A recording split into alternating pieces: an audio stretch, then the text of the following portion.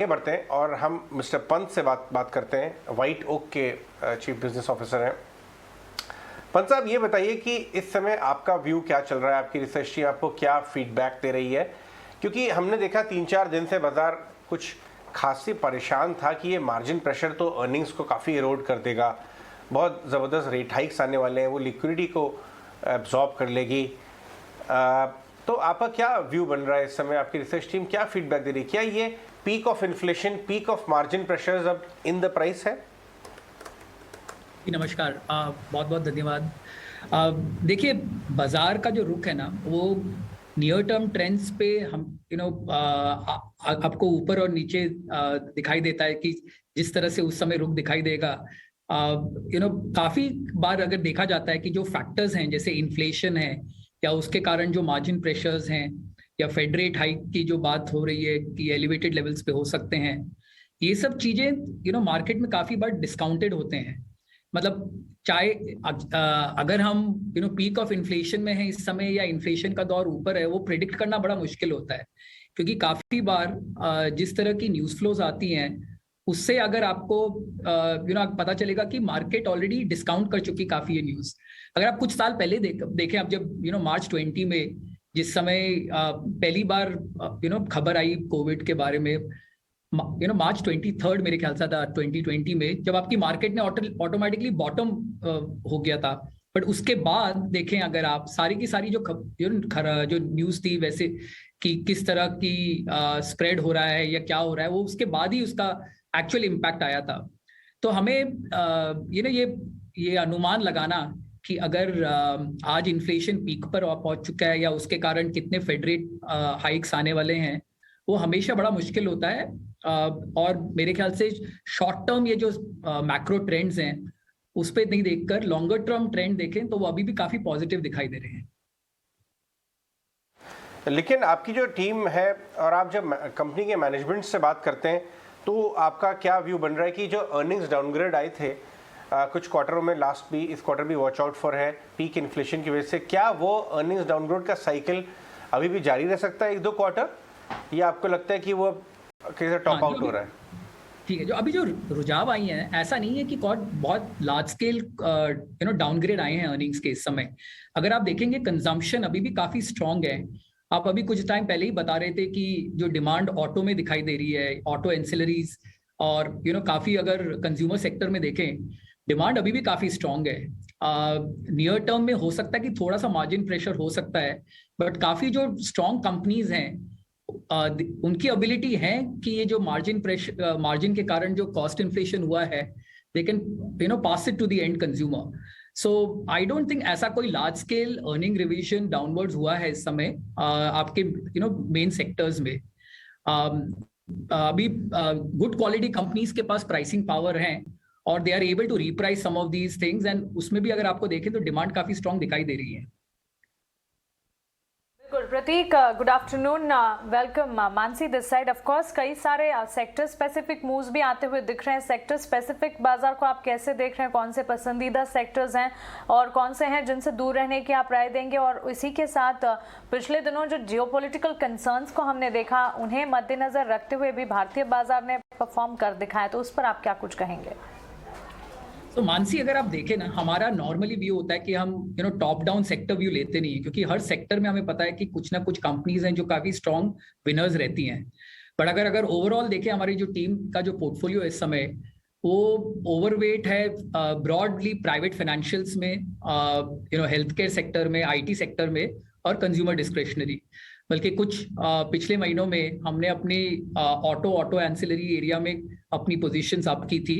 मुझे पता है काफी लोग IT के बारे में नियर टर्म नेगेटिव कह रहे हैं, बट जिस तरह की कंपनीज वहां पर हमें मिलती हैं, we are still very positive on in terms of valuation. मेरे हिसाब से IT appears to be very attractive, and इस लेवल्स में positions people should look in terms of accumulating.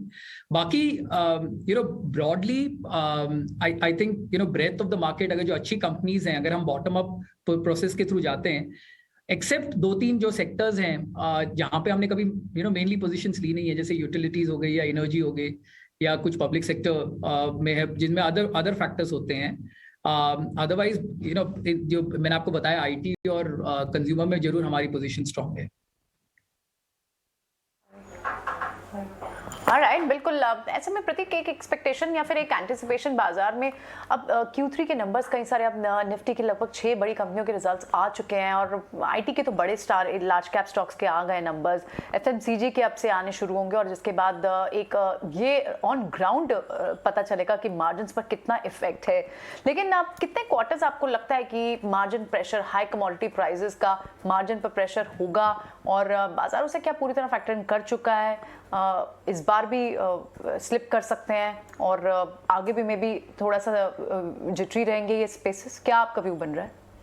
देखिए, नियर टर्म पे some of these factors directly impact कर सकते हैं। जैसे ये जरूर है कि इस बार जैसे एफएमसीजी हो गया आपने कहा, या कंज्यूमर सेक्टर्स में कुछ ना कुछ जो महंगाई हुई है कमोडिटी साइड में, उनका इम्पैक्ट दिखेगा आपको थोड़ा मार्जिन्स में।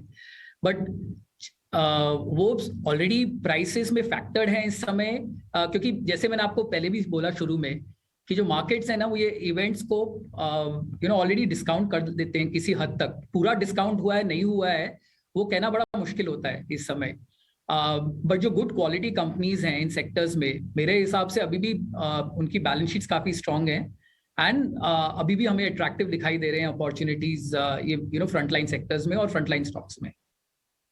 प्रतीक, आपके जो पोर्टफोलियोज आप रन कर रहे हैं व्हाइट ओक पे, अगर आप मुझे ये बता सकें कि जस्ट फॉर इंडिकेशन कोई भी पर्टिकुलर पोर्टफोलियो के बारे में बात कर सकते हैं आप कि अर्निंग्स ग्रोथ 12 मंथ्स फॉरवर्ड या 24 मंथ्स फॉरवर्ड, अर्निंग्स ग्रोथ आपके उस पोर्टफोलियो का कैसा लग रहा है? कि मैं जानना चाह रहा हूँ कि आपको कॉन्फिडेंस है क्या 15 से 18% अर्निंग्स ग्रोथ अपने पोर्टफोलियो कंपनीज में?